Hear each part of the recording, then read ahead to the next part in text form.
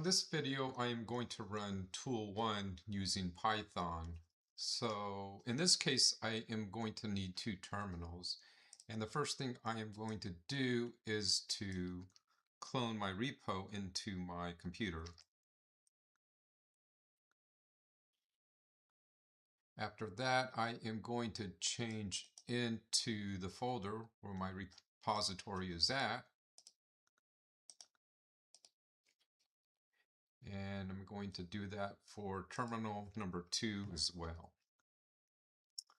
Right, I'll use make all to down all the files, needed files. So this actually will run everything, and it should go through the full pipeline, and it'll actually create results.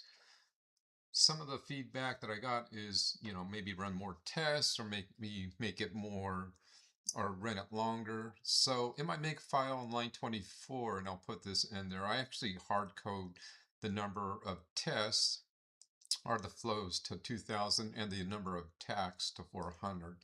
So this is what this reflects. Now I can increase the number of tacks to 4,000,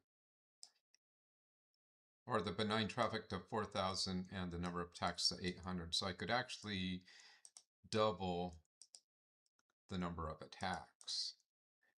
And I could run it through this way, and then it'll generate new data based on that.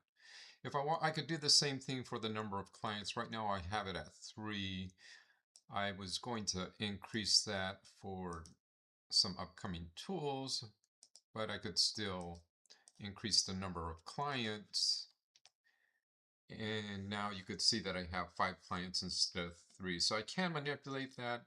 I could even manipulate the threshold. So the threshold, basically, it is set at -0.45. If I lower that, I'm not going to get as many alerts. If I increase it, I'll get more alerts. However, that's going to create more false positives. So this is the results, and it shows the suspicious flows. So if you want to see more UDP or TCP traffic, you could do that as well. All right. If I want to increase the number of federated learning passes, and that basically means that the lower or the clients, they have a local model. They aggregate them. They actually send up their data to the central controller where the model gets updated. In that new updated model, which is supposed to be a lot better, that gets sent back to the clients. I do not have that, just to let you know. But if I wanted to simulate 3 rounds, all I have to do is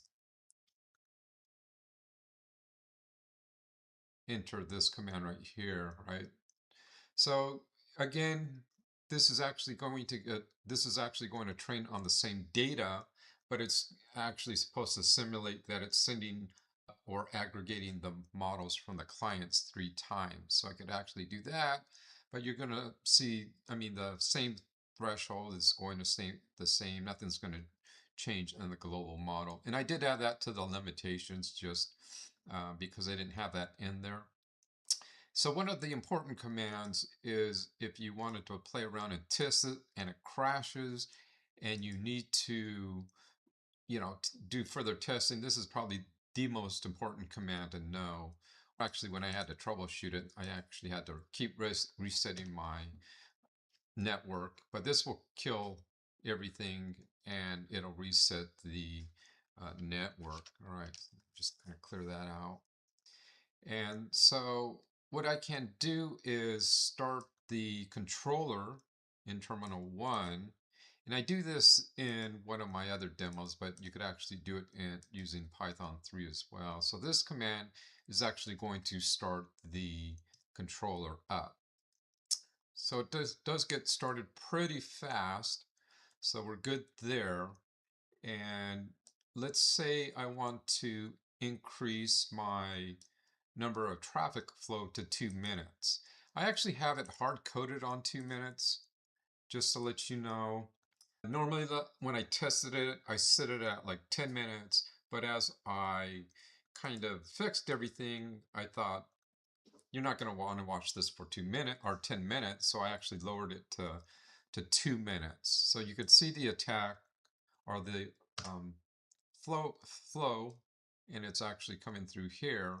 It'll show there, and then we could see that it does connect. Everything's working. If I got X's, or if you get X's up here, that means it's not connecting and something's broken. You could probably stop it there as well. All right, I mean, we can watch it in terminal 3, which I probably could have shown up if I could beat the clock. So this is actually only going to run for 2 minutes. Let's see if I can capture that. And we do capture some of it. So it is flowing. These are the traffic flows. And this is, one is the switch ID for switch 1. ID 2 is for switch 2. And the third is for the 3 switches. I do have 3 switches here.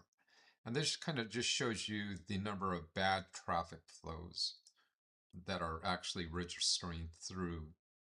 All right, so we do have benign, and we also have malignant or malicious traffic flows flowing through here. And this is just what's showing this. And this is probably a better visualization to show you what's going on and how to manipulate it. This is actually creating iPerf traffic, all right? And that's just like random traffic. It does generate TCP and UDP traffic, kind of, so it's realistic. It's just used for training data.